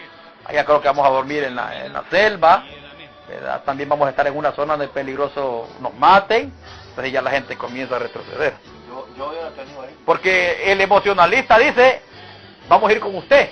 Pero no saben que el hombre no lleva una empira, no saben que allá no hay caso de dormir, no hay comida, hay amenaza de muerte. Pues eso fue lo que Jesús le quiso decir a este emocionalista, te seguiré donde quiera que tú vayas. Jesús le dice, no me compares con las zorras, ellas tienen guarida, ni con las aves de los cielos que también tienen, pero el Hijo del Hombre no tiene dónde recostar su cabeza. 59, y dijo a otro, ahora aquí Jesús, el primero dice que le va a seguir, pero aquí ahora está Jesús, está llamando, y dijo a otro, sígueme. Él le dijo, Señor, déjame que primero vaya y entierre a mi padre. Este tipo comete un error que aquel no lo cometió. Note usted que controversia. Que el que le dijo que le iba a seguir, le dice, te voy a seguir donde quiera. Y este no dice, te voy a ir donde quiera. Este dice, te voy a seguir, pero primero deja que yo vaya y entierre a mi Padre. El problema es que ¿cuál es la diferencia? Que este tipo está bajo promesa, porque Jesús lo llama. Cuando Jesús te llama a ti, te tolera algunas cosas para darte formación, y es lo que él hace aquí, le da formación. Y Jesús le dijo, deja que los muertos entierren a su muerto y tú ve y anuncia el reino de Dios. Entonces también dijo a otro, te seguiré Señor, pero déjame que me despida primero los que están en mi casa. Y este es el equivalente al otro. Hay un doble rebelde aquí, como confirmando. Pero luego Jesús también lo fulmina y dice, y Jesús le dijo, ninguno que poniendo su mano en el arado mira hacia atrás es apto para el reino de Dios. O sea que aunque hay 3 hombres, hay 2 que son un solo. Porque tanto este que le dijo, te seguiré donde quiera que vaya, y el otro que le dije, deja que primero haga esto, son el mismo. Mis hermanos, lo central de todo este pasaje que estoy mencionando es la respuesta que Jesús da. Las zorras tienen guarida, las aves de los cielos tienen nido, pero el Hijo del Hombre no tiene dónde recostar su cabeza. Señores, en este mundo no tenemos más que lágrimas, dolores y más dolores. Ha sido la historia de toda la iglesia, llorar, morir, sufrir, porque nuestra gloria está en el cielo, no está en esta tierra. Nuestra gloria está arriba, mis hermanos. Juan 16:33, en el mundo tendréis aflicción, pero confiad, yo he vencido al mundo. Mateo capítulo 10, versos 16 al 25, aquí os envío como lobos, como ovejas en medio de lobos. Aquí os envío como ovejas en medio de lobos. Y dice ahí, seréis llevados ante reyes grandes, pero no se preocupen, les dice, el Espíritu Santo va a estar allí. Siempre que había dificultad, él decía, tengan calma, paz, no temáis. No temáis, el Espíritu de Dios le va a dar palabra. Ahora Juan 15, 18 al 20, el mundo os aborrecerá porque a mí me aborreció primero, porque el mundo ama lo suyo. Si el mundo os aborrece, sabed que a mí me aborreció antes que a vosotros. Y finalmente el pasaje de Lucas 14, 25 hasta el 35, donde dice que dijo a las grandes multitudes que iban tras él, si alguno no aborrece a sus padres, a su madre, mujer, hijos, hermanos, hermanas, aún también su propia vida, no puede ser mi discípulo. Y aún el que no renuncia a todo lo que tiene, no puede ser mi discípulo. Y con ese vamos a cerrar aquí en Lucas 14. 14, 25 al 34. No, 14, 25 al 35. Grandes multitudes iban con él y volviéndose les dijo. O sea, volviéndose es que se dio vuelta para atrás. Si alguno viene a mí, no aborrece a su padre, madre, mujer, hijos, hermanos y hermanas, y aún también su propia vida, no puede ser mi discípulo. El que no lleva su cruz y viene en pos de mí no puede ser mi discípulo. Porque ¿quién de vosotros queriendo edificar una torre no se sienta primero y calcula los gastos a ver si tiene lo que necesita para acabarla? O sea, Jesús dice, antes de seguirme, te voy a mostrar que el camino es difícil, así es que definite si vas a llegar hasta el final o no. ¿Estás dispuesto, le dice al hombre, a quedarte sin mujer, que lleguen, te la violen y te la maten? ¿Estás dispuesto que lleguen a matar tus hijos? ¿Estás dispuesto a pasar hambre, a pasar esto, aquello, a no pasar trabajo, esto y esto y esto y esto? Haz análisis. Defínete, si no vete al diablo de un solo. No sea que después que haya puesto el cimiento y no pueda acabarla, todos los que la vean comienzan a hacer burla de él. Claro, siempre es así. Miren cómo anda ahora, siempre es así. Diciendo, este hombre comenzó a edificar y no pudo acabar. ¿O qué rey, al marchar a la guerra contra otro rey, no se sienta primero y considera si puede hacer frente con 10,000 al que viene con 20,000? Aquí hay 3 fuerzas, la fuerza humana, la fuerza del diablo y la fuerza de Dios. Y la fuerza de Dios ya nos dijo que van a haber 2 fuerzas en la tierra peleando, la fuerza humana y la fuerza del diablo. Y si tú crees que el diablo es mayor que tú, pues entonces hay que darnos la retirada de un solo. Porque lo humano es 10,000, lo infernal es 20,000, pero lo de Dios es 30,000 y más que eso. Entonces tenemos que estar entendidos de que esta batalla se pelea con el poder de Dios. El verso 33, así pues cualquiera de vosotros, aquí no hay imparcialidad, que no renuncia a todo lo que posee, no puede ser mi discípulo. Ahora note la conclusión en el verso 34 y 35. Buena es la sal, mas si la sal se hiciera insípida, ¿con qué sazonará? Ni para la tierra ni por el muladar es útil, la arrojan afuera. La pregunta es, ¿quién la arroja afuera? Él mismo. ¿Nunca ha visto usted a Dios pegando patadas para afuera? Es que esto no nos han enseñado en el Evangelio.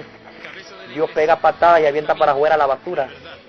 Véalo acá en Mateo 15. Aquí lo que Dios no le sirve lo tira afuera. ¿No ha leído el texto que dice, todo árbol que no da buen fruto, qué pasa con él? Mateo 15, 12 al 14. Mateo 15, 12 al 14. Entonces, acercándose sus discípulos, le dijeron, ¿sabes que los fariseos se ofendieron cuando oyeron esta palabra? Solo la gente que cree que Jesús hablaba bonito. Pero respondiendo él dijo, toda planta que mi Padre no plantó, toda planta que no plantó mi Padre Celestial será desarraigada. Déjalos que son ciegos y sin ciego y otros ambos caen al mismo hoyo. Note lo que dice, toda planta que mi Padre Celestial no plantó será desarraigada. Será desarraigada. Parecido al Salmo 127.1, no recuerdo más o menos. Dice, si Jehová no edifica la casa, en vano trabajan los edificadores. Si Jehová no edifica la casa, en vano trabajan los edificadores. Y si Jehová no guarda la ciudad, ¿de qué me sirve a mí cuidar a un hermano o a una hermana? Si Dios no lo guarda, se lo harta el diablo siempre. Y el problema es que Dios va a cuidar a ese hombre o a esa mujer de acuerdo a la fidelidad que él tenga. Porque dice Ezequiel 3 y Ezequiel 33 de que Dios pone tropiezo en el justo. Otra mentira que nos han dicho, que el diablo vota a la gente. Mis amigos, el diablo no vota a nadie. Eso lo hemos oído por años, pero no es así. El diablo tienta, y aún la libertad de tentarte no la tiene, porque él te tienta cuando Dios quiere y hasta donde Dios quiere. ¿No se acuerdan cuando Job? Él hizo todo lo que hizo a Job por soberanía de Dios, por permisión de Dios.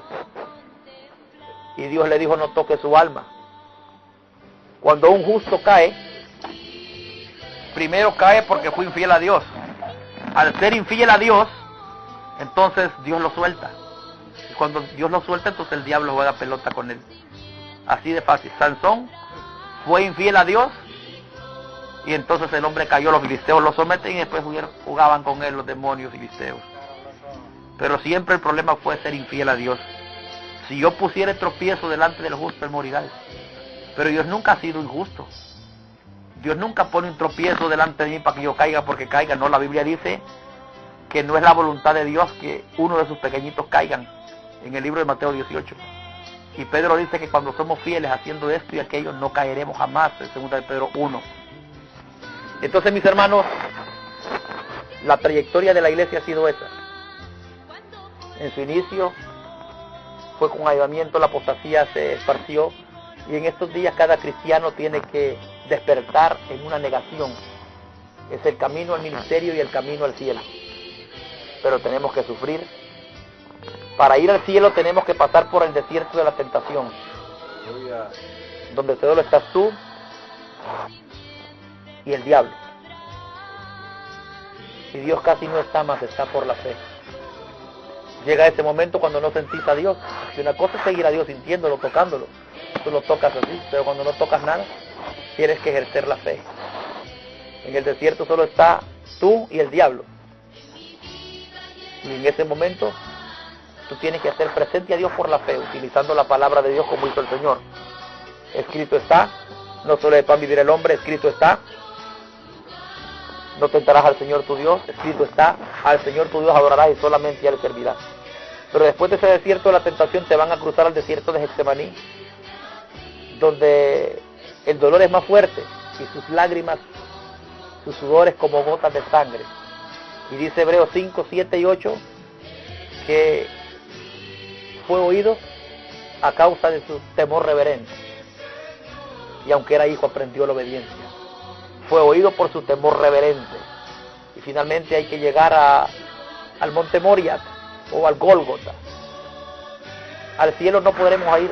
Ningún santo irá al cielo sin pasar por el desierto de la tentación, por el monte Getsemaní y por el Gólgota. Tenemos que beber de esa copa y tenemos que ser bautizados de ese mismo bautismo. Bebió de la copa del dolor y fue sumergido en ese bautismo de arriba, en ese bautismo de Dios, cuando Dios el Padre lo deja solo y Él dice, Padre, oh Dios mío, ¿por qué me has desamparado? En un momento tan difícil como el que Jesús estaba pasando, se necesitaba luz. Y Dios le responde con oscuridad por 3 horas. En ese momento se necesitaba calma y Dios le responde con temblor más bien y terremoto por todos lados. Consejero, Emanuel, príncipe de paz, el renuevo, ¿Qué le parece? Dios fuerte, el autor Cuando de la queremos agua, más bien Dios nos quita el agua. Cordero de Dios, creador, Tú Señor quieres de la agua y Dios te la quita, León de la tribu de Judá, porque es el proceso. el que es Es el tiempo que de era y el que formación. ha de venir, el todopoderoso, Entonces es así. raíz y el linaje de David, Tenemos, hermanos, verbo de Dios, que entrar por el camino del dolor. Ahora, para finalizar, oiga esto. Señor de todos, El camino que Dios marcó al cielo es el camino del dolor.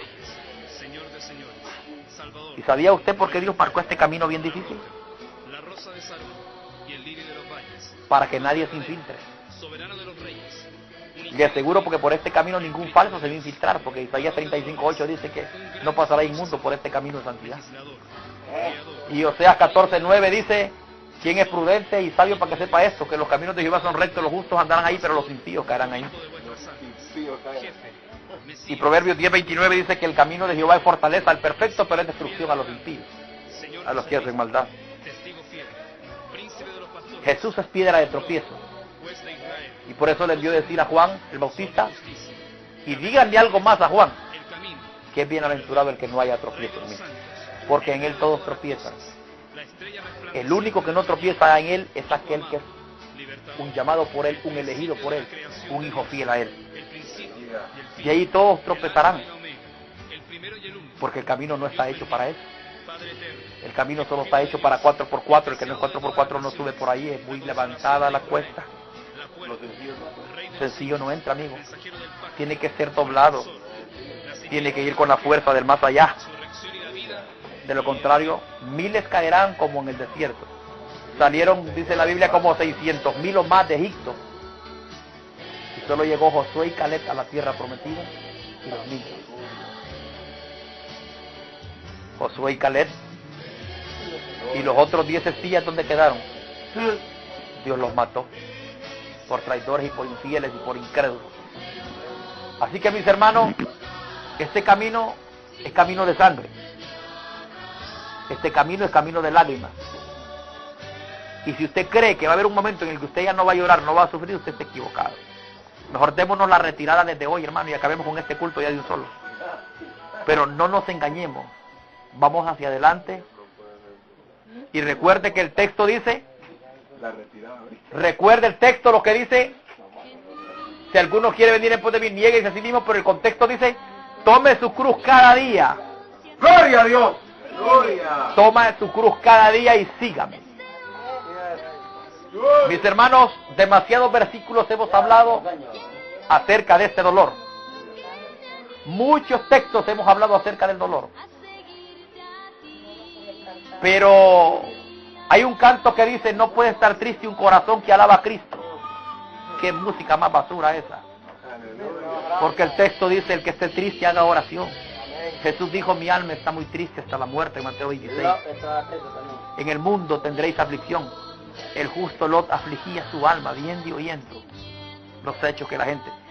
Dice también la Escritura: sella a los que claman y gimen, en Ezequiel 9, a causa de tantas abominaciones. Y comenzó a descabicharme los ancianos, dice, por ahí empezó, dice Jehová. Así que, mis hermanos,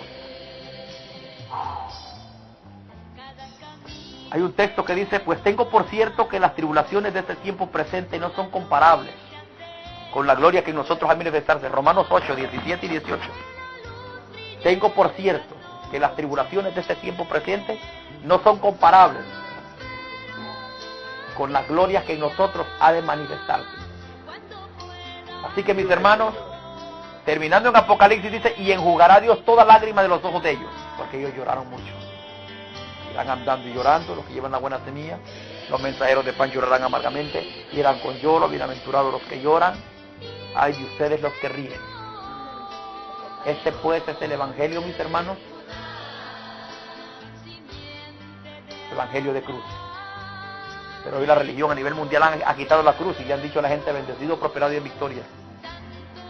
Eso es enemigo de la cruz de Cristo, como decía Pablo. Pero hay una iglesia allí, que está al par de la Odisea, que es Filadelfia.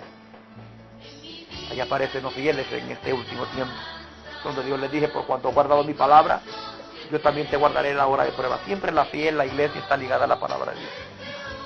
Dios me les bendiga entonces, y esto ha sido la palabra de Dios para nosotros, teniendo en mente eso. De todo lo que hemos hablado, solo nos resta una cosa: negación. Ese es el tiempo nuestro, negación, para poder caminar por este camino y poder llegar hasta el final. Tenemos que llegar allá acompañados de nuestra cruz, hermano. Sin cruz no se acepta nadie allá. Y aún algunos llegarán con cruz incompleta. Tenemos que llegar con la cruz completa allá, sin quitar esto, sin quitar aquello. Así que solo se vale llorar, como dice el texto. Llorar, pero llorar por la causa de Cristo, no como Esaú, que lloró por su primogenitura y tampoco le oyeron. Como Judas, que se arrepintió y de nada le sirvió. El arrepentimiento debe ser genuino, no como el de Judas, y las lágrimas tienen que ser originales, no como las de Esaú. Así que Dios me le bendiga, hermano, y nuestro hermano Julián queda con nosotros para cerrar. ¡A su nombre!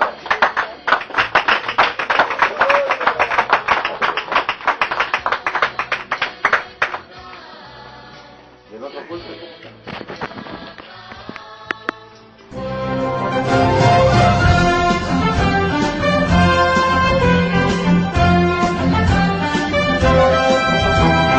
Iglesia de Cristo, es tiempo de pelear ardientemente por nuestra fe, porque hombres impíos han entrado encubiertamente al redil de las ovejas, haciéndose pasar por siervos de Dios, mas por dentro son lobos rapaces, y por avaricia tuercen las Escrituras y hacen mercadería con el pueblo de Dios, usando palabras fingidas para enriquecimiento ilícito. Por esta razón, como atalayas que somos de nuestro Señor y Salvador Jesucristo, tocamos fuerte la trompeta con mensajes de alerta.